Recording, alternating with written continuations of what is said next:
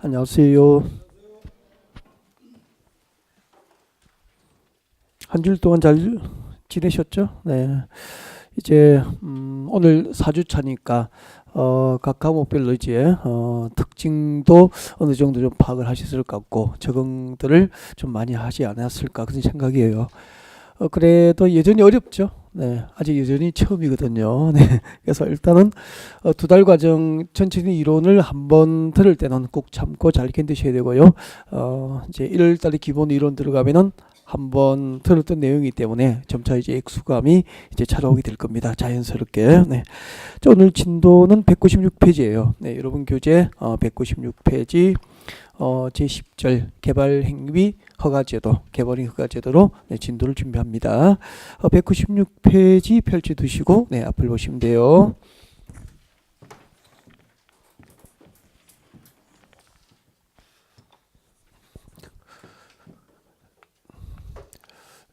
자, 오늘 공부할 주제 개발행위 허가 제도인데요. 도입을 잠깐 좀 배경 설명 좀 드리면서 자연스럽게 오늘 공부할 주제로 연결될 수 있도록 그렇게 준비를 하겠습니다. 자, 그동안에 우리가 3주 동안 공부한 내용들은 네, 이런 내용이었죠. 국토계획법을 공부하고 있고요. 네, 토지공법의 기본이 되는 법, 네, 국토의 계획 및 이용에 관한 법률 이제 많이 익숙함이 있죠. 네, 국토계획법입니다. 이 법의 핵심을 제가 소개를 할 때 우리나라 국토죠. 우리나라 국토를 개발하고 이용하기 위한 각종 행정계획, 국토계획이죠. 각종 행정계획의 수립과 그 집행에 관하여 규정하고 있는 법이 국토계획법입니다. 라고 하면서 이 법의 중심 주제는 국토계획이다 라고 해가지고 항상 그 국토계획 체계를 잡아가는 방법을 이제 강의를 쭉 풀어갔을 거예요. 네.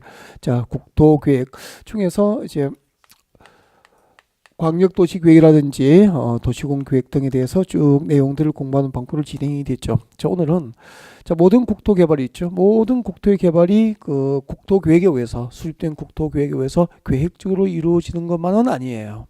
그래서 그 토지 소유자가 도시계획이나 군계획에 의하지 않고 이제 사적인 방법으로도 네, 개발 행위, 건축을 한다든지 또 건축 목적의 경질 변경을 한다든지 등등 개발 행위를 할 수 있다는 거죠. 자, 이렇게 국토계획에 의하지 않은 개발 행위를 이제 관할 시청 군수로부터 허가를 받게 합니다. 이런 것을 개발 행위 허가제도라고 하는데 조금 더 구체적으로 봅니다.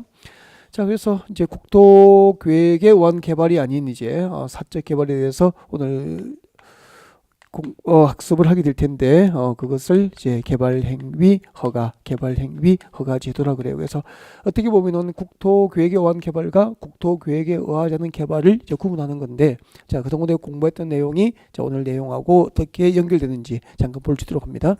자, 우리가 공부하는 국토계획 중에서 최고의 국토계획, 국토계획법상 국토계획은 광역도시계획이었습니다. 네. 이웃하고 있는 두 개성의 도시 공간 전부나 일부를 광역계획권으로 묶어주고 그 지정된 광역계획권 단위로 장기적인 발전 방향을 제시합니다. 광역도시계획이다라고 공부했죠.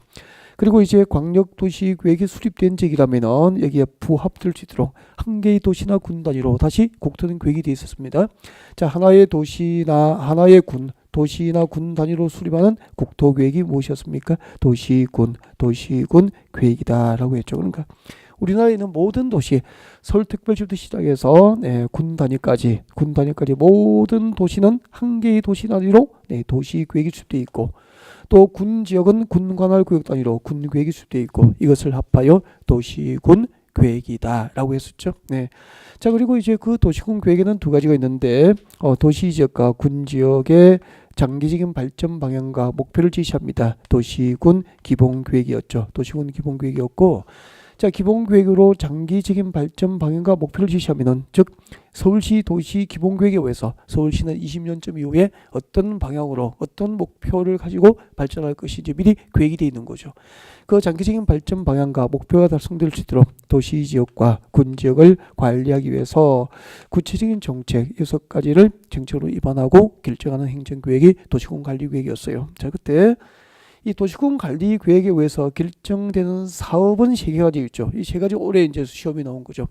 2018년 그 공인중개사 시험 문제 A형 그 1번 문제가 이 문제였다고요. 이 도시군 관리 계획으로 결정되는 사업 세 가지. 자, 여러분 이제 보겠습니다. 자, 1번은 용도 지역 용도지구, 2번이 용도 구역의 지정과 변경에 관한 행정 계획입니다. 이는 이제 익숙하죠. 많이 했기 때문에. 자, 그러면 이제 자, 그다음에 도시군 관리 계획이란 우리 이렇게 공부했죠. 기반 시설 설치, 정비, 개량에 관한 계획이 도시군 관리 계획으로 했을 거예요. 자, 그때 기반시설은 도로라든지 뭐 지하철, 도로, 지하철, 학교, 항만, 공항시설, 종합운동장, 한강대교 전부 기반시설이 된다고.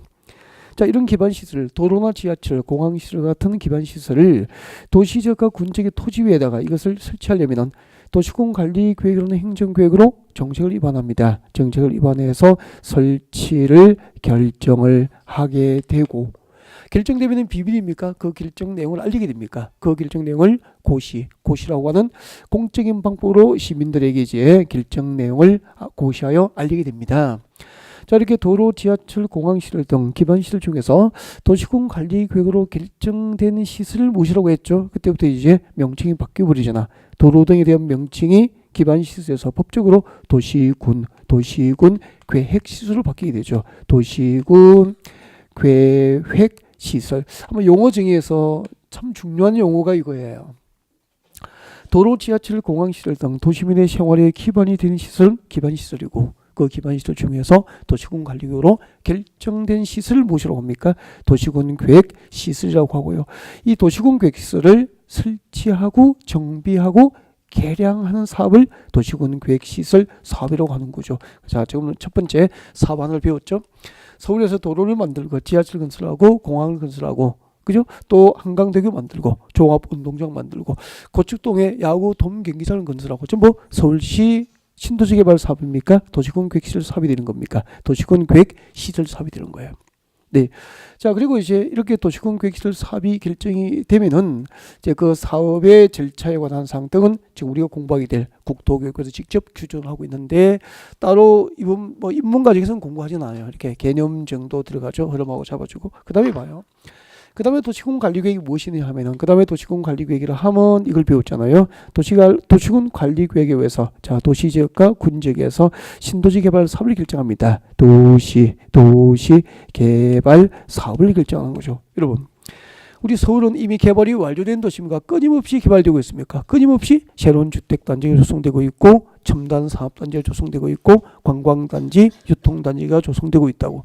이런 것이 전부 신도시 개발 사업이라고. 이런 도시개발 사업도 그 도시의 도시군 관리 계획이라는 행정계획으로 정책을 위반해서 도시개발 사업이 결정이 된다고. 도시개발 사업. 자, 두 번째 하나 했죠. 네, 도시개발 사업을 했고요. 결정하고요. 그 다음에 이제 그 신도시를 개발하고 뭐 30년, 40년이 됐어. 그럼 이제 신도시에 건설된 그 아파트는 30년, 40년의 시간이 지나면은 노후화되고 구조 안정성 문제가 생기잖아. 그러면은 재건축해야 되고, 또 일정한 지역을 재개발해야 되잖아요. 네, 그것을 무슨 사업이라고 하죠? 정비 사업이라고 합니다. 정비 사업. 재개발 사업과 재건축 사업 등이 정비 사업인데, 그럼 여러분 아파트 재건축하면은 그 재건축 사업, 정비 사업도 서울시 도시군 관리 계획으로 정책을 위반해서 결정이 될 사업이에요. 그래서 가만히 보니까 도시군 관리 계획이라는 행정계획에 의해서 법적으로 결정되는 사업은 세 가지죠. 이 세 가지. 도시군 계획시설 사업과 도시개발 사업과 정비 사업은 잘 보세요. 이 세 가지는 도시군 관리 계획이라는 행정계획으로 정책을 위반해서 사업이 결정되잖아. 그리고 도시군 관리 계획은 어디에 해당되죠? 도시군 계획에 해당되기 때문에 방금 그 세 가지 사업은 도시계획이나 군 계획으로 정책을 위반하여 결정된 사업이에요. 그래서 이 세 가지 사업을 도시군 계획 사업이라고 합니다. 도시군 계획 사업이다라고 부르죠. 자, 국토계획법상 도시군 계획 사업에는 몇 가지 사업이 있죠? 세 가지. 도시군 계획시설 사업과 도시개발 사업과 정비 사업이 있죠. 이것을 고르는 문제가 2018년도 공인중개사 시험 A형 문제 1번 문제가 이 문제였다고요. 어려워요, 쉬워요? 가장 기본적으로 늘 다루는 내용인데, 이런 답을 왜 못 찾느냐면 하나씩 보니까 그래요. 전체를 하나의 덩어리를 보니까 하나의 앵글로 잡으면 세 가지가 들어오잖아. 그러니까 봐요. 시험 문제 이렇게 나온다고. 택지개발 촉진법상 택지개발 사업, 택지개발 촉진법상 택지개발 사업 여기 해당돼? 안 되잖아요. 택지개발촉진법상 택지개발사업은 도시공계획사업이다. 믿겠습니까? X죠. 그러니까 도시계획이나 군계획으로 결정되는 사업은 세상에 몇 개뿐이죠? 세 가지뿐인 거죠. 도시공계획시설사업과 도시개발사업과 정비사업뿐이라는 거죠. 그러니까 이런 것이 다 기초죠. 이게 이제 11월, 12월 입문과정 이것이 튼실하게 배경이 깔려야 여기서 이제 계속 파생적인 제도들을 배워 나간다고 복잡하게. 자, 그러면은 주로 이제 이 도시군 계획 시설 사업과 도시개발 사업과 정비 사업, 즉 도시군 계획 사업에 의해서 이루어지는 개발, 이 세 가지 사업에 의해서 건축을 하고 형질 변경하고 공작물 설치가 이루어지고 이런 개발은 사적 개발입니까? 공적 개발입니까? 도시 계획과 군 계획에 의한 공적 개발인 거예요. 공적 개발은 허가를 받지 않는다는 거죠. 왜요? 도시 계획이나 군 계획으로 계획된 개발, 계획적 개발은 난개발과 환경 파괴가 최소화되니까 도시 계획과 군 계획으로 계획된 개발은 허가 없이 할 수 있다는 거예요. 근데 모든 그 개발이 국토 개발이 이렇게 국토 계획에 의해서 공적으로만 이루어지는 건 아니죠. 토지 소유자가 예를 들면 서울에 땅 샀어. 내 땅이잖아요. 서울시 도시 계획과 상관없이 개발할 수 있는 거죠. 근데 내 땅이지만 그 토지 소유자가 용도에 맞도록, 용도 구역에 맞도록, 용도 지구에 맞도록 개발하지 않으면은 난개발될 수도 있고 국토 파괴의 원인이 될 수 있잖아. 그것은 국가나 자치단체에서 그냥 둡니까? 제도적으로 규제합니까? 규제를 해야 되겠죠. 그것을 허가받게 하는 것이 지금부터 우리가 공부하게 될 개발 행위 허가 제도가 되는 거죠. 그래서 크게 국토를 개발하는 방법은 두 가지가 있는 거예요. 국토 계획에 의해서 공적인 방법으로 할 수도 있고 국토 계획에 의하지 않은 공적 개발은 허가를 받게 하는 개발 행위 허가 제도 두 가지가 국토 계획을 구성하는 양대 축이에요. 양대 축. 지금까지는 국토 계획을 공부했다면은 지금부터 이제 국토 계획에 의하지 않은 개발을 허가받도록 하는 개발 행위 허가제도를 공부하겠다는 얘기입니다. 자, 이런 지식이 이제 밑바닥에 깔려 있어야 개발이 허가제도도 좀 이해가 넓어지거든요. 그래서 잠깐 좀 배경 설명 드린 거고, 그럼 이제 본격적으로 오늘 우리가 공부할 주제는 뭐죠? 개발행위 허가제도가 되죠. 개발행위 허가, 개발행위 허가제도 이것을 공부할 거예요. 제일 먼저 해야 될 거 오늘 입문 과정이니까 다음 주에 제가 만나서 개발행위 허가제도가 뭐죠? 라고 물어보면 말할 수 있게 명확하게 개발행위 허가제도가 무엇인지에 대한 개요를 이해하셨으면 좋겠습니다. 개요 설명 드릴 거예요. 그리고 이 제도에 의해서 어떤 개발 행위를 할 때 허가를 받게 될까? 허가 대상. 허가 대상은 이거 입문과정 아니면 구체로 들어가서 많은 얘기를 해드릴 수가 없다. 그래서 이제 배경 지식이 될 수 있도록 많은 얘기들을 덧붙여서 충분히 설명드릴 거예요. 그리고 이제 개발 허가 절차는 아직 들어갈 필요 없을 것 같고요. 허가 제한. 일정한 사유가 있으면 일정한 기간 동안 개발 허가를 못 받을 수 있다고. 자, 개발 허가 제한 사유. 우리가 현장에 땅 보러 갔을 때 어떤 사유가 있는 땅은 개발 허가가 제한될까? 이런 것들을 중심으로 이제 오늘 강의를 풀어가게 되죠. 그럼 처음에 개발 허가 제도가 무엇이냐에 대한 정확한 개요 이해가 필요하겠죠.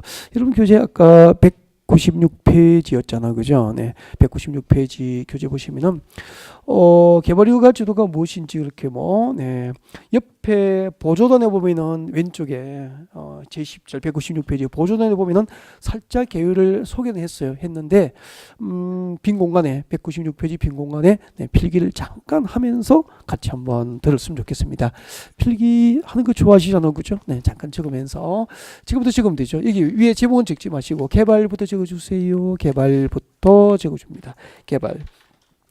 이야기를 좀 해야 되겠어요. 개발 행위 허가할 때 개발이 무엇일까라는 얘기를 좀 해야 되겠죠. 지난 수업 시간에 잠깐 말씀은 드렸을 거예요. 개발이 뭐죠라고 하면은 그 단어를 다 알고 계시거든요. 근데 법적으로 개발이 무엇인지 구체적으로 개념을 정의하면서 살지는 않잖아. 그렇죠. 막연히 개발이 무엇인지는 알고 있는 말인데 구체적으로 정의하지는 않거든. 그래서 자, 개발이 뭐냐면은 개발은 앞으로 이렇게 하십시오. 가장 대표적인 개발은 건축이에요. 건축물을 건축한 것이 개발이라고 하십시오. 그래서 공법상 가장 대표적인 개발은 건축이다. 개발은 이꼴 건축 그렇게 하십시오. 네, 맞잖아요. 우리 강남이 이제 70년대 시작해서 80년대를 거치면서 강남이 개발이 됐잖아요. 개발됐다는 것은 이 모래땅, 강남 모래땅, 땅공밭을, 복숭아밭을 택지나 상업용지를 조성해서 건축이 이루어진 거죠. 그래서 개발은 곧 건축이다라고 하면 되고요. 그 다음에 건축은 모든 토지에 건축할 수는 없잖아. 우리 임야 상태에서 건축할 수 있어? 없죠. 농지에 건축할 수 있어? 없잖아. 그래서 건축하기 위해서는 택지나 공장용지, 상업용지가 조성이 돼야 됩니다. 그럴 때는 무엇이 수반되죠? 토지, 형질, 변경. 오늘 배우게 될 거예요. 토지, 형질, 변경이 수반될 수밖에 잠시 뒤에 할 거예요. 그래서 가장 대표적인 개발은 건축이고 또 건축을 하기 위해서는 토지, 형질, 변경이 수반될 수밖에 없다는 거죠. 이런 것이 전부 공법상 개발로 보면 되죠. 막연히 뭐 추상적으로 개념을 정의하지 말고 이제 개발은 건축이고 건축을 하기 위한 토지, 형질, 변경 등이 개발이다. 그렇게 이제 기억을 했으면 좋겠고, 이렇게 건축으로 건축하거나 토지, 형질, 변경 등 토지를 개발할 때, 땅을 개발할 때는 크게 두 가지 방법으로 이루어지게 되는 거예요. 적으십시오. 자, 국토를 개발할 때는 첫 번째 도시군 계획 사업에 의해서 도시군 계획 사업이에요. 도시군 계획 사업은 금방 배웠잖아. 그죠? 금방 다시 복습했죠. 도시계획과 군계획으로 계획된 사업이에요. 도시계획과 군계획을 합하여 무슨 계획이라고 하죠? 도시군계획이라고 하잖아. 그 도시계획과 군계획으로 계획된 사업을 무슨 사업이라고 하죠? 도시군계획 사업이라고. 이 종류를 보는 게 올해 시험 문제였다니까. 그 도시군계획 사업에는 세 가지가 있잖아. 도시군계획시설 사업과 도시개발 사업과 정비 사업만. 도시군 계획 중에서 도시군 기본계획을 결정합니까? 도시군 관리계획입니까? 도시군 관리계획으로 정책을 번해서 사업이 결정되는 거예요. 그래서 도시군 계획 중에서 도시군 관리계획으로 정책을 입안해서 결정되는 사업을 도시군 계획 사업이라고 그러죠. 이렇게 도시군 계획 사업에 의해서 건축이 이루어지고 공작물 설치가 이루어지고 토지 형질 변경 등 국토 개발이 이루어진다면 이 도시군 계획 사업에 의한 개발은 사적 개발입니까? 공적 개발입니까? 도시 계획과 군 계획으로 계획된 개발이기 때문에 공적 개발이잖아. 공적 개발. 그리고 도시 계획과 군 계획에 의해서 계획적으로 건축이 이루어지고 형질 변경이 이루어진다면은 난개발과 국토 파괴를 최소화할 수 있다고 보는 거야. 난개발과 국토 파괴가 최소화되니까 이런 개발은 별도로 허가를 받을 필요가 없다라고 하는 개발유가 대상이 아닌 거죠. 이런 도시군 계획 사업에 의해서 건축이 이루어지고 토지 형질 변경이 도시군 계획 사업에 의해서 이루어지면은 공적 개발이죠.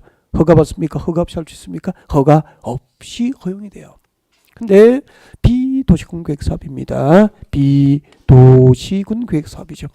비도시군 계획 사업이니까 도시계획과 군계획으로 계획되지 아니한 사업이잖아. 도시계획과 군계획으로 계획되지 아니한 사업에 의해서 건축이 이루어지고 공작물 설치가 이루어진다면은 자, 그 개발은 사적 개발입니까? 공적 개발입니까? 사적 개발이죠. 토지 소유자가 도시계획과 무관하게, 그렇죠? 네, 도시계획과 무관하게, 군계획과 무관하게 사적인 방법으로 이루어지는 개발로 보는 거죠. 이 사적 개발을 관할 시청 건축으로부터 허가를 받게 합니다. 이것이 개발 행위 허가 제도가 되는 거죠. 어디서 허가 받죠? 시청, 군청 그렇게 하면 되죠. 그러니까 서울시에 땅 사서 서울시 관할구에 땅을 사서 서울시 도시계획에 의하지 않고 내 땅이지만 거기다가 건축을 한다든지 건축 목적의 형질 변경 등 개발을 한다면은 마음대로 할 수 있습니까? 서울시청에 가서 허가 받습니까? 서울시청에 가서 허가를 받게 되는 거죠. 그래서 이걸 처음에는 말하는 연습을 많이 하셔야 돼요. 이제 그 40대 50대는 이해력이 참 좋으시거든요. 그동안의 경험도 많으시고 또 일상생활을 많이 해오셨기 때문에 이해력이 좋으신데 체력이 안 되게 연습을 많이 안 하시죠. 네, 그냥 마음속으로 이해하고 말하고 그게 끝나는 거죠. 그러니까 돌아서면 잊어버리죠. 그래서 이걸 말하는 연습을 하셔야 돼요. 그러니까 다음 주에 제가 개발허가 제도가 뭐죠라고 물으면은 말할 수도 연습을 하셨으면 좋겠어요. 이렇게. 네, 개발허가 제도란 건축물의 건축이나 형질 변경 등 국토를 개발할 때 도시군 계획 사업에 의한 공적 개발도 있고 도시군 계획 사업에 의하지 아니한 사적 개발이 있는데 이 도시군 계획 사업에 의하지 않고 이루어지는 사적 개발을 관할 시청군청에 가서 허가받게 하는 것, 이것을 개발 행위 허가라고 합니다. 이렇게 말하는 연습이 좀 있어야 될 것 같습니다. 그래야 익숙함이 있죠. 네.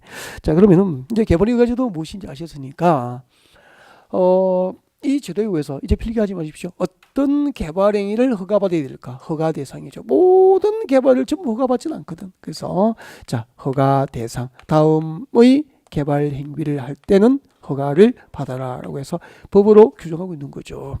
자, 이제 필기하지 마십시오. 여러분 교재 봅니다. 교재 활용하시면 되죠. 교재에 나와 있으니까. 자, 여러분 교재 196페이지 봅니다. 196페이지 보면은 동그라미 2번 중간 정도에 기억번에 허가 대상 나와 있습니까? 네. 개발 행위 허가를 받아야 할 대상 행위가 박사안에 들어있다고. 박사안에 몇 개가 뭐예요? 6개. A부터 나와 있죠? 네. A, B, C, D, F까지 해가지고 6개가 들어있을 거예요. 자, A번 같이 봅니다. 자, 건축물의 건축은 개발 허가 대상이 됩니다. 건축물의 건축, 첫 글자, 근, 동그라미 합니다. B번에 공작물의 설치도 개발 허가 대상이 되죠. 공, 동그라미 합니다. 공작물의 설치, 공, 동그라미 하시고, 토지 형질 변경, 토, 동그라미 합니다. 토지 형질 변경, 토, 동그라미. 토속의 채취, 첫 글자, 동그라미 하십시오. 토, 토지 분할도, 첫 머리 글자, 토, 동그라미 하십시오. 그리고 F는 자 따라오십시오. 녹지지역, 관리지역, 자연환경 본인적 미칠 것이에게. 녹지지역, 관리지역, 자연환경 본인적 미칠 것이고요. 첫 글자 동그라미 하십시오. 녹관자 그렇게 되잖아. 녹지지역, 관리지역, 자연환경 보존지역 안에서 녹관자. 녹지적, 관리적, 자연환경 보존지역 안에서 네. 건축물의 울타리 안에 위치하지 않는 토지니까 울타리, 건축물이 있는 울타리 아닙니까? 밖입니까? 밖의 토지에 그런 뜻이나 건축물이 있는 울타리 밖의 토지에 자 물건을 1개월 이상 1동그라미 합니다. 1개월 할 때 1동그라미 1개월 이상 쌓아놓는 행위, 쌓아놓는 행위, 적치하는 행위죠. 적치하는 행위, 적 동그라미 합니다. 적치하는 행위, 적 동그라미 하시고요. 자 고개를 들면 됩니다. 이제 여러분 개발인 허가 제도에 의해서 개발인 허가를 받아야 할 대상 행위가 6개가 있죠. 네, 우리 머리 글자 따서 외웠었죠. 근공 이렇게 오시면 돼요. 근공 토가 3개니까 근공 토토토 벌써 다 외워버렸잖아. 개발인 허가 대상 3가지 근공 토토토 토 3가지가 있죠. 근데 토는 첫 번째 토가 뭐죠? 토지 형질 변경, 두 번째는 토석의 채취, 세 번째가 토지 분할 토토토 근공 토토토 그렇게 하시고요. 그리고 녹지지역, 녹지지역, 관리지역, 자연환경 보존지역, 녹관자, 녹관자 그리고 일적 그렇게 하시면 돼요. 근공 토토토 녹관자 일적 재밌죠? 네. 근공 토토토 녹관자 일적 그렇게 오시면 됩니다. 네. 아침이라서 뭐 별로 웃지도 않죠? 근공 토토토 녹관자 일적 그렇게 오시고 진짜 한 15년 전에 시험은 이 제목을 외운 답을 찾을 수 있어서 진짜 그랬는데 요즘에는 이 제목을 외웠다고 답 찾을 수 있는 문제는 한 문제도 없습니다. 네. 그러니까 제목만 외워서는 안 된다는 이야기죠. 제도를 넓게 보셔야 된다는 거예요. 그래서 지금부터 건축물의 건축부터 여기까지 이제 다 설명을 네, 구체적으로 드릴 거예요. 그래서 많은 이야기를 들으셔야 돼요. 자, 첫 번째 여러분 교재에 보니까 건축물의 건축, 건축물의 건축인데 뒤에 부수적으로 설명이 되어 있을 거예요. 이때 건축물의 건축이라 하면 건축법에 따른 건축물의 건축이에요. 건축법에 따라서 건축물을 건축하는 경우죠. 그러면 잠깐만요. 이제 한번 보세요. 나중에 여러분이 여러분의 고객이 땅을 사서 건축법에 따라서 건축을 할 때 두 가지 방법으로 이루어지는 거예요. 건축법에 따라서 건축물을 건축할 때 서울시 도시계획에 의해서 그 개발이 이루어지면은 공적 개발이잖아. 허가를 받아요? 안 받아요? 안 받아도 되는데 나중에 여러분의 고객이 땅 사서 서울시 도시계획에 의하지 않고 건축으로 건축하는 개발을 하면은 그것은 공적 개발입니까? 사적 개발입니까? 사적 개발이니까 서울시청에 가서 개발 허가를 받아야 되는 거예요. 그러니까 이것을 한꺼번에 이렇게 넓게 볼 수 있는 안목이 필요하다는 거죠. 그러니까 나중에 이제 외울 때 늦게 하죠. 늦게 오니까 나중에 이 제목만 외우고 자꾸 시험을 치려고 하니까 탈이 나는 거예요. 배경 지식이 없는 거죠. 그러니까 개발 허가제도에 대한 정확한 개요는 이해를 못하는 상태에서 즉 개발 허가제도 뭐죠라고 물으면 개념도 말을 못해요. 근데 허가 대상 근공 토토토만 암기하는 거야. 이렇게 해서 이것만 챙겨서 시험장에 가니까 답을 못 찾는 거죠. 그래서 이해가 없는 단순한 암기는 네, 암기하면서 고생만 할 뿐이라는 거죠. 늘 많이 들었으면 좋겠습니다. 자, 건축물의 건축이고 그 다음에 공작물 설치잖아. 공작물 설치. 이 제목만 하면 공작물 설치가 뭔지를 모르는 거잖아 지금. 공작물의 설치가 뭐죠? 하기 전에 여러분 건축물하고 공작물은 제가 첫날 잠깐 말씀을 드렸을 거예요. 여러분 여기 건축물이 있습니다. 건축물 그리고 이제 공작물이 있잖아, 그죠? 건축물하고 공작물 공통점이 뭐죠? 자연적으로 존재하는 겁니까? 인공적으로 설치됩니까? 인공적으로 제작 설치되는 시설물이라는 점에서는 똑같죠. 인공지로 제작 설치되는데 인공지로 제작 설치되는 것 중에서 지붕이 있습니다. 지붕이 존재하면 무엇이죠? 네, 그것은 건축물이에요. 그리고 인공적으로 제작 설치되는 시설물 가운데서 지붕이 존재하지 않으면 공작물을 그렇게 구별한다고요. 법에서는 그렇게 구별해요. 건축법에서. 그러면은 자, 대문이라든지 담장, 대문, 담장, 옹벽, 굴도, 통신용 철탑, 강고판, 강고탑 이런 거 지붕이 있어 없어? 없죠. 건축물입니까? 공작물입니까? 공작물이 그렇게 되는 거예요. 그래서 이제 건축물과 공작물의 개념은 구분하셨죠. 이런 공작물을 설치할 때 내 땅이지만 서울시 도시계획에 의해서 그 공작물 설치가 이루어진다면 허가 없이 가능하지만 내 땅이지만 서울시 도시계획에 의하지 않고 공작물을 설치하는 개발 행위를 토지 소유하려면 서울시청에 와서 허가받고 하는 거죠. 이 허가 대상 개발 행위를 허가받지 않고 개발 행위를 하면은 3년 이하의 징역에 3천만 원 이하의 벌금 형사처벌 대상이 되는 거예요. 고발해가지고 이제 훨씬 이해하는 범위가 넓어지잖아. 그래도 아직까지 이런 건 알고 있는 게 아니라는 거죠.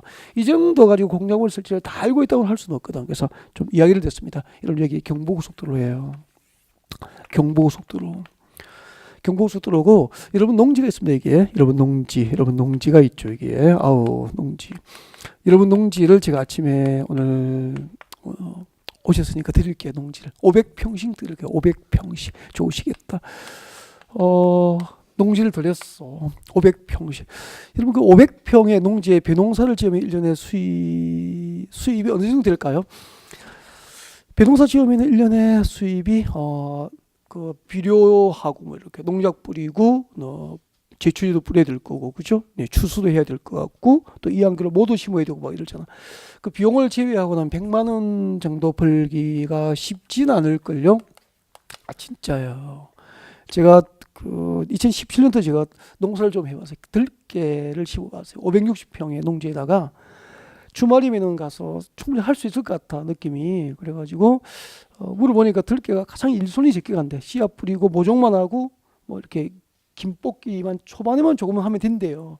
그래서 560배 들깨 농사를 지었는데 잘 지었어요. 그래가지고 주말마다 내려가서 이제 농사를 지었는데 560평에서 우리 고객님들 시험이 끝나고 이제 추수를 해요. 들깨를 딱 수확 시기가 그때쯤 돼가지고 땄어. 친구들이 가서 들깨잎 따고 뭐 자랑하고 너무 좋았죠. 뭐 사진 올리고 뭐 신났는데 수확을 했는데 이거 뭐 한 말 두 말 뭐 이렇게 얘기하나 한 20말 정도 네 수확을 했다고. 그 팔니까 딱 수입이 한 100만 원 정도 나오더라고. 100만 원 정도. 솔직히 그냥 특강 하루 하고 말지. 수입을 따지면은 지방까지 오가면서 이게 뭐 할 수 있는 게 아니더라고. 그래서 그 들깨를 처음 농사 지으니까 이걸 뭐 어떻게 남을 줄 수 없어. 아까워가지고 팔지도 못하겠고 그냥 뭐 너무 귀하게 느껴지는 거야. 별것도 아닌데 내가 생산하니까 팔 수도 없고. 그래서 이제 지인들하고 나눠 먹고 막 그렇게 했어. 그렇게 했는데 수입이 그 정도예요. 그럼 여러분 벼농사도 그 정도밖에 안 될 거예요. 진짜 해보니까 안 되겠더라고. 그래서 2018년에 농사를 그냥 포기하고 그냥 농지를 그냥 뒀어요. 그냥 차라리 그냥 두자 그냥 그렇게. 올해 남에게 맡겨버렸고 이제 주변에 그냥 농사 지어서 하시라고 그냥 주부린 거예요. 그게 나을 것 같아. 그러면 여기는 경부고속도로 제가 500평을 들여도 여러분이 농사를 직접 하시면 네 1년의 수입이 100만 원 난집되실 거예요. 그래서 많이 좋아하지 않으셨구나 아까 농지 들여도. 근데 삼성전자에서 전화가 온 거예요. 여기다가 삼성 우리 그 고속도로를 지나다 보면 강고판이 있죠. 기업체 그죠? 그래서 여기다 강고탑을 이제 삼성에서 세우고 싶다고 전화가 온 거예요. 충분히 가능한 얘기잖아. 그래서 1년 연간 임차료를 2천만 원을 여러분에게 드리겠대. 노입니까? 콜입니까? 콜. 그죠? 그럼 보십시오. 이 강고판은 지붕이 있습니까? 없습니까? 없죠. 건축물입니까? 공작물입니까? 공작물이잖아. 그러면 삼성과 계약해서 여러분이 바로 여러분의 땅이지만 삼성과 계약하고 삼성에 임대를 주고 임차인 삼성에서 강고판을 설치하면은 건축물의 건축입니까? 공작물 설치입니까? 공작물 설치죠. 서울시 도시계획으로 계획된 겁니까? 무계획적 개발입니까? 서울시 도시계획하고 상관이 없이 설치된 거잖아요. 이런 것은 도시공계획사업에 의하지 않고 강고판 설치는 곧 국토교육법상 개발허가 대상이 되기 때문에 그 농지를 관할하는 시청군청의 허가를 받아야 된다. 이게 개발허가 제도예요. 그러니까 공작물 설치도 얘기를 들으니까 알고 있는 이해 범위가 참 많이 넓어졌죠. 이렇게 한창 넓어지죠. 네. 이 공작물 설치예요. 예를 들면은 그러면은 이거 허가 없이 설치하면 3년 이하의 징역에 3천만 원 이하의 벌금을 받게 된다니까. 그러니까 이런 것도 삼성과 계약 전에 관할 시청군청으로부터 공작물 설치에 대해서 허가를 받고 그 다음에 이제 민간 기업과 계약해서 임대 임차가 이루어지면 되는 거예요. 아셨죠? 개발 허가 제도의 하나입니다 이게. 그 다음에 토지 형질 변경은 참 중요해요. 그 자체. 그러니까 우리가 살면서 형질 변경이 무엇인지 개념을 정의하고 살지는 않거든. 오늘 하셔야 돼요. 이제 토지 형질 변경이 무엇일까? 여러분 교재 봅니다. 밑줄을 그었으면 좋겠습니다. 참 중요해요. 이걸 10번씩 마음속으로 하셨으면 좋겠어. 자, 줄 것이십시오. 절토, 성토, 정지, 포장. 도로 포장 같은 거예요. 절토, 성토, 정지, 포장 등의 방법으로 토지의 형상. 형상이 뭐죠? 땅의 겉모양이잖아. 겉모양. 땅의 겉모양을 변경하면은 형질 변경이 되는 거죠. 절토, 성토, 정지, 포장 등의 방법으로 토지의 겉모양을 변경한 행위와 다음 줄 것이십시오. 공유 수면의 매립 줄 것이십시오.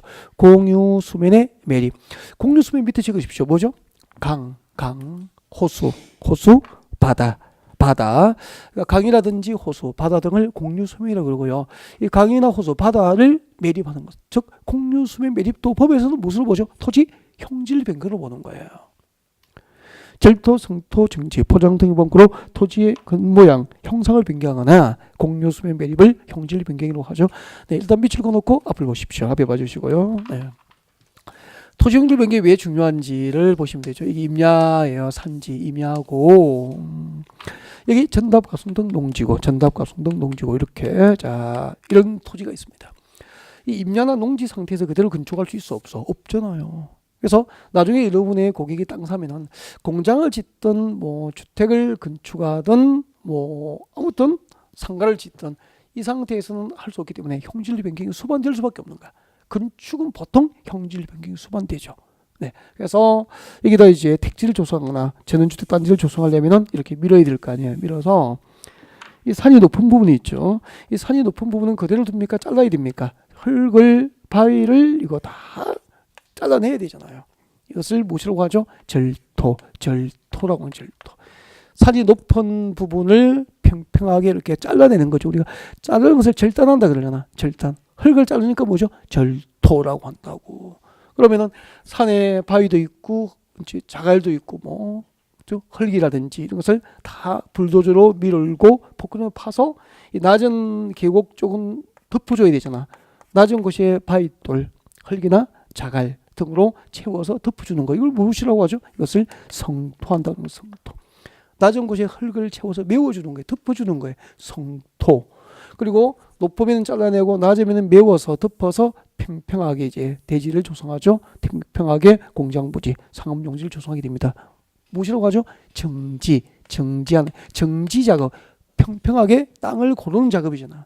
이런 것을 통해서 땅의 겉모양 그대로 있습니까? 땅의 겉모양이 바뀝니까? 땅의 겉모양이 바뀌죠. 이것을 무엇이라고 하죠? 형질 변경으로 하는 거죠. 길 가다가 포크레인으로 땅 파고 있죠. 불도저로 밀고 있죠. 전부 법적으로 뭐죠? 형질 변경이 이루어지고 있는 거예요.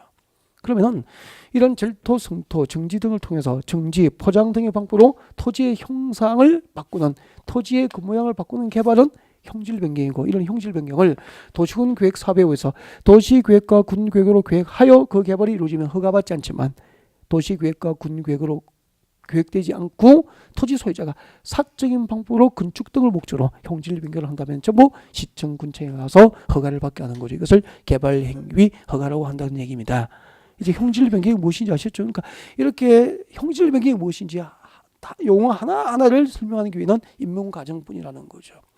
나중에 이제 뭐 내년 1월달에 3월달에 이 정도로 하지는 않죠. 그러니까 이 껍데기만 잡고 있으면 아는 건 아니잖아. 또 형질 변경, 공유수면 매립도 형질 변경이었잖아요. 자, 여러분 여기 충남 서산이에요. 이게 충남 서산이고 이게 다 서해바다죠. 그러면 서해바다고 우리 그 현대 정주영 회장님이 그 교실 때 그 서산 앞바다를 메워가지고 매립을 해서 서산 농장으로 개발했죠. 바다를 매립하려면 여기 덤퍼트로 큰 바위돌을 실어다가 이렇게 제방을 두굴 먼저 쌓는데 이렇게 쌓아 나오는 거죠. 이쪽에도 제방을 쌓아 나오고. 마지막에 물막이를 해서 여기다가 바위나 모래, 흙을 채워서 육지로 만드는 게 간척 사업이 이루어지는 거죠. 근데 그때 이거 할 때 저 신문 보고해서 알거든요. 네. 나이는 어려도 알죠. 다 아는데 그때 그 물막이가 끝물 그 물막이가 안 되는 거예요. 서해는 조수 간만의 차가 크기 때문에 툭을 쌓아보니까 나중에 여기는 이 강 좁아지니까 물 흐름이 굉장히 빠르고 해가지고 그 25톤 덤퍼 트럭으로 집채만한 바위를 싣고 가서 여기 채워 넣어도 파도가 쓸어버리는 거예요. 끊임없이 쓸고 가버리는 거예요. 물막이가 안 되는 거죠. 그래서 세계 어떤 공과대에도 없는 공법 유조선을 끌고 갔잖아요. 다 낡은 유조선을 끌고 가가지고 그 유조선 길이는 뭐 100m, 200m 되니까 이게 끌고 가서 구멍을 뚫었죠. 구멍을 뚫어서 유조선에 물이 차니까 유조선이 가라앉고요. 물을 단숨에 막아버렸잖아. 이렇게 해서 그 간척 사업이 성공을 했답니다. 네, 참 그 펀득 있는 지혜. 무에서 유를 창출하신 분이잖아. 이렇게 그죠? 네, 피난대로 오셔가지고 참 위대하신 거 맞는가 봐. 진짜. 그렇게 해서 이게 현대 수산 농정이 됐거든요. 이게 소떼 키워서 이제 방북하시고 금강산 관광길도 열고 뭐 그랬던 기억이 납니다. 그죠? 이런 것도 뭐죠? 공유수면 매립이잖아. 이 공유수면 매립도 법적으로 따지면 뭐죠? 토지 형질 변경이 되는 거예요. 그러면은 그때 현대에서 서산 아파트를 매립할 때 그 형질 변경에 대해서 서산시청으로부터 당시 개발 허가를 받고 이루어졌지. 뭐 장비 있고 자금 있다고 임의를 할 수는 없다 있네요. 국토를. 아, 이런 형질 변경도 전부 도시공개획 사업에 의하지 않고 하면은 개발 허가를 받아야 되구나. 그럼 토석 채취는 쉬워요. 여러분 교재 보시면 되죠. 자, 이때 토석의 채취를 하면 도시공개획 사업에 의하지 않고 이루어진 흙이나 자갈, 바위, 모래 등을 채취하는 행위죠. 그러면은 한강에 덤프트를 씌워놓고 자갈이나 모래를 채취하는 것도 서울시청으로부터 개발 허가 없이 토석 채취에 대한 허가 없이 할 수 있어 없어? 없다는 거예요. 골재 채취 허가라고 그러잖아요. 그죠? 전부 지금 우리가 공부하는 개발 행위 허가 제도 중 하나입니다. 그 다음에 이제 필지를 분할하는 토지분할. 토지분할도 일정한 경우에는 허가를 받게 되죠. 허가를 받고 해야 될 토지분할이 한 세 가지가 돼요. 세 가지가 되는데 아직까지 뭐 거기까지 여러분이 암기하고 할 필요는 없죠. 네. 그리고 녹지지역, 관리지역, 자연환경 보존지역 안에서 건축물의 울타리 안에 위치하지 않은 토지니까 건축물이 있는 울타리 밖의 토지야. 건축물이 있는 울타리 밖에 위치한 토지에다가 1개월 이상 장기적으로 물건을 적지 쌓아놓은 행위도 개발 허가를 받게 되는 거죠. 예를 들면 여러분 서울시 녹지지역에 여러분이 땅을 가지고 있습니다. 녹지지역이에요. 녹지지역이니까 개발 허가가 잘 안 나거든. 개발할 수 없는 거죠. 그래서 그냥 그대로 두고 있었어. 근데 기업체에서 여기다가 건설회사에서 뭐 건축 그 재료를 좀 쌓아두기로 자재 야적 자금을 좀 활용하겠다고 임차를 원하는 거예요. 연간 임대료 뭐 1,000만 원, 2천만 원 드린대요. 그러면은 그냥 두는 것보다 낫잖아요. 그렇게 해서 여기다가 건축 자재를 쌓아둔다면은 녹지 지역 안에 이렇게 건축 자재를 1개월 이상 쌓아두면은 여기에 해당되는 거예요. 그래서 녹지지역이나 관리지역, 자연환경 보존지역과 같이 보존 목적인 토지에 건축물의 울타리 안에 토지가 아닌 토지에다가 즉 건축물이 있는 울타리 밖의 토지에다가 이렇게 물건을 1개월 이상 장기적으로 적치하는 것도 개발 허가를 받게 하는 거죠. 그러면 정리하면은 건축물의 건축부터 공작물 설치, 토지용질 변경, 토석 채취, 토지분할, 그리고 녹지지역, 관리지역, 자연환경 보존지역 안에서 1개월 이상 물건을 적치하는, 물건을 장기적으로 적치하는 이런 6가지 개발 행위를 도시군 계획 사업에 의해서 하면은 허가 대상입니까? 아닙니까? 아니지만 도시군 계획 사업에 의하지 않고 이루어지는 개발은 전부 시청 건축으로부터 허가를 받는 것을 원칙으로 한다는 이야기예요. 자, 개발 허가 제도가 무엇인지 개요 설명하고 허가 대상까지 다 설명을 드린 것 같고, 근데 허가 대상 개발행위인데 일정 경우에는 허가 없이 허용돼요. 그 개발행위가 경미하거나 아니면 재해복구나 재난 수습에 필요한 응급조치 목적으로 이루어진 개발행위라면 허가 없이 허용하게 됩니다. 그래서 자, 여러분 교재 196페이지 왼쪽 제일 밑에 볼까요? 네, 허가 없이 할 수 있는 개발행위가 나와 있습니다. A번 밑으로 가십시오. 재해복구, 재난 수습에 필요한 재해복구나 재난 수습에 필요한 응급조치 목적, 응급조치 목적인 개발행위는 허가 없이 허용한다는 거죠. 그러면은 잠깐만요. 우리 홍수가 나면은 이제 지방을 이제 물이 넘쳐서 범람할 수도 있잖아. 그러면 제방을 빨리 신속하게 뭐 모래 포대기에 자갈도 넣고 모래도 넣고 뭐 이렇게 해서 포대기에 넣고 해서 제방을 보강하는 공사도 해야 되잖아.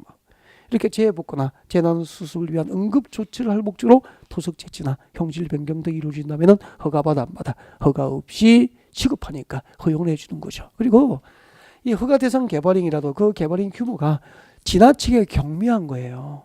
아주 작은 경미한 규모의 개발행위라면 법으로 기준을 정하고 그 기준 이하인 경미한 행위는 허가 없이 또 허용하게 되는 겁니다. 예를 들면 아까 여러분 여기 봐요. 아까 임야가 있으면은 산이 높으면 우리가 잘라내고, 그죠? 이것을 무엇이라고 그랬죠? 절토한다고 그랬잖아요. 절토. 산이 높은 부분을 잘라내는 거. 이 절토할 때 있잖아요. 이 절토되는 부분의 높이가 50cm, 50cm 이하는 허가 없이 개발이 가능해요. 그리고 계곡이 낮은 부분 아까 흙이나 자갈 파이프를 채워서 덮어줬잖아. 무엇이라고 했죠? 성토. 이 성토되는 부분의 깊이, 절토되는 부분의 높이가 50cm 이하는 허가 없이 허용이 돼요. 나중에 우리 현장에 땅 보러 가잖아. 땅 보러 가면 제일 먼저 보셔야 될 게 요철. 땅이 이렇게 높고 낮은 부분이 있을 거 아니에요. 그때 이제 이렇게 대지를 조성하기 위해서 이렇게 정지 작업을 할 때 절토되는 부분의 높이라든지 그리고 성토해야 될 부분의 깊이를 보셔야 돼요. 그 높이 깊이가 몇 cm? 50cm 넘으면은 전부 허가 없이는 개발할 수 없는 땅이 되는 거죠. 그러면은 현장 답사를 해서 절토되거나 성토되는 부분의 높이나 깊이가 50cm를 넘으면은 그 땅은 허가 없이 개발 못하는 땅이 되는 거예요. 땅 사도 시청 근처에 허가 없이는 내 땅이지만 내가 원하는 대로 개발 목적을 달성할 수 없게 된다 이 말이에요. 그러니까 토지를 보는 첫 번째 포인트가 그거죠. 네, 절토 성토되는 부분의 높이나 깊이가 몇 cm? 50cm 이하는 허가 없이 할 수 있지만 50cm 넘으면 허가 없이 그 땅은 개발할 수 없다. 그렇게 되죠. 그러면 50cm 넘는 땅은 네, 평당 20만 원에 상담이 오갔지만 현장에 가보니까 절도 성토되는 부분의 높이가 2m라면 허가 없이는 그 땅은 개발할 수 없죠.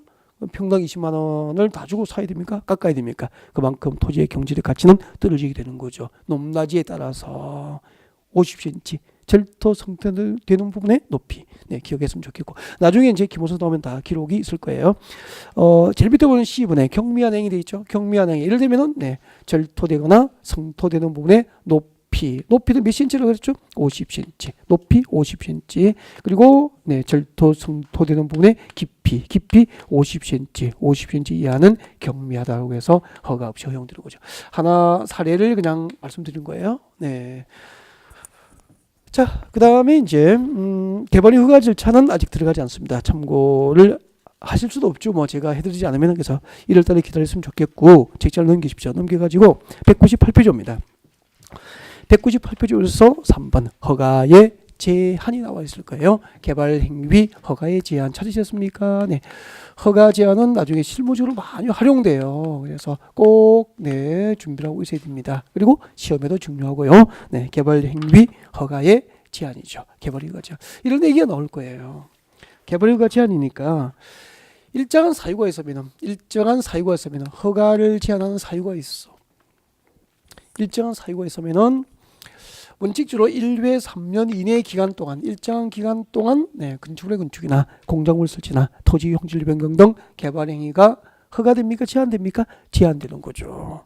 그럼 누가 어떤 절차를 거쳐서 어떤 사유가 있으면 몇 년 동안 개발 허가가 제한될까? 이 부분을 이제 정리하시면 되죠. 자, 여러분 교재 참고하시면 될 것 같고요. 다 이런 것을 외우실 필요 없습니다. 제한권자가 누구라고 되어 있죠? 교재 국토교통부 장관, 국토교통부 장관, 국장 그렇게 적을까요? 국토교통부 장관 그리고 시도지사 그리고 시장, 군수는 개발 허가를 제한할 수 있어요.